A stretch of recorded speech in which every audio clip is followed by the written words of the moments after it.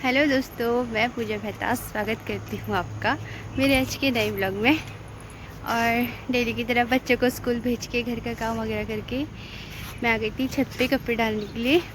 और कपड़े भी मैंने डाल लिए हैं और व्रत है तो मैं अपने लिए बना के आई थी चाय नीचे। अब जाऊँगी किचन में फिर पीती हूँ। और आज भी काफ़ी तेज़ धूप आई है और धूप का मौसम हो रखा है, दिखाती हूँ आपको। ये देखिए आज का व्यू। और पता नहीं इतनी क्यों गर्मी बढ़ गई है। मैंने पता है क्या किया, कूलर वगैरह में साफ़ करके रख दिया था। और फिर उसके बाद जिस दिन से मैंने साफ़ किया ना, उस दिन से इतनी गर्मी बढ़ गई और फिर मुझे कूलर दोबारा लगाना पड़ा क्योंकि बच्चों को इतना गर्म हो गया था। एक दिन तो नहीं लगाया लेकिन मैंने फिर दूसरे दिन लगा लिया था। मैं जाती हूँ नीचे को क्योंकि कपड़े डालने का काम तो मेरा हो गया है। और अब थोड़ा चाय वगैरह पी लेती हूँ। तो जय माता दी दोस्तों। और आज है नवरात्रि का 5वां दिन। तो आज होती है स्कंद माता की पूजा। तो रोज़ की तरह आज भी मैं आपको एक छोटी सी कहानी सुनाऊंगी स्कंद माता की, कि उन्हें स्कंद माता क्यों कहा गया। और ये व्रत ज़्यादातर अपनी संतान के लिए होता है।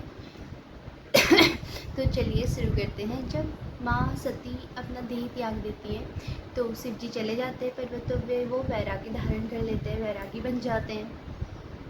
तो उस समय जो ताड़कासुर होता है, असुर, वो देवताओं पर आक्रमण कर देता है, हमला कर देता है। तो जिस कारण से ताड़कासुर को वरदान प्राप्त होता है कि जो माता पार्वती और शिव शंकर से जो संतान उत्पन्न होगी वो ही उसका वध कर सकती है। तो ये सब एक रचना होती है। और तब जैसे माँ दुर्गा के ये 9 रूप होते हैं, तो 5वां रूप स्कंद माता का होता है।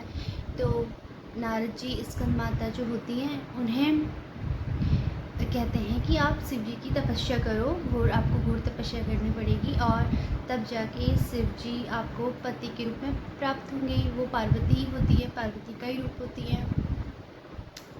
तो फिर माँ जो होती हैं वो तपस्या करती हैं, जिस कारण जो शिव जी तपस्या कर रहे होते हैं वो अपना वैराग्य त्याग देते हैं और उन दोनों का विवाह हो जाता है। और जब उनका विवाह होता है माता पार्वती और शिव शंकर का, तो उनसे उनकी मिलने से जो शक्ति, तो उसके बाद क्या होता है, जब वो बीज उत्पन्न हो जाता है शिव शंकर और गौरी माँ से, तो वो बहुत ऊष्मावान होता है। तो इतनी ऊर्जा होती है उन पे। तो ब्रह्मा जी कहते हैं कि अग्निदेव इस बीज को तुम अपने पास सुरक्षित रखना। तो अग्निदेव उनको ले लेते हैं, लेकिन अग्निदेव फिर उनकी जो शक्ति होती है उसको सहन नहीं कर पाते हैं और वो गंगा माँ को बुलाते हैं। गंगा माँ उनसे कहते हैं कि आप इन्हें सरवाना नदी पे विसर्जित कर देना। और उस समय गंगा माँ उन्हें सरवाना नदी पे लेके चली जाती हैं। जिस समय वो सरवाना नदी पे उन्हें विसर्जित कर रही होती है, पार्वती मैया वहाँ पे पहले से विद्यमान रहती है और वो उन्हें अपनी कोख में धारण कर लेती हैं। और आपने एक चीज़ देखा होगा ना कि स्कंद माता की गोद में एक बालक का स्वरूप बना होता है, तो वही स्वरूप स्कंद माता का हो, इसीलिए उन्हें स्कंद माता कहते हैं, क्योंकि वो एक बालक को अपने गर्भ में धारण करे हुए रहती हैं।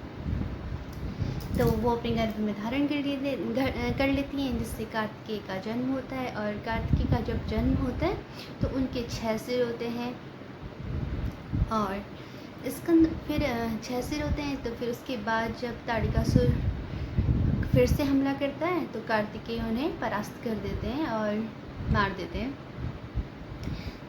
और क्या, स्कंद माता को पद्मासिनी भी कहते हैं, क्योंकि वो हमेशा कमल के फूल में विराजमान रहती है, तो उन्हें पद्मासिनी भी कहा गया है। और स्कंद माता का जो प्रिय फल होता है वो होता है केला। केले का उन्हें भोग लगाया जाता है, केला, खीर। तो ये उन्हें बहुत अच्छे लगते हैं, पसंदीदा मतलब अच्छे लगते हैं उन्हें।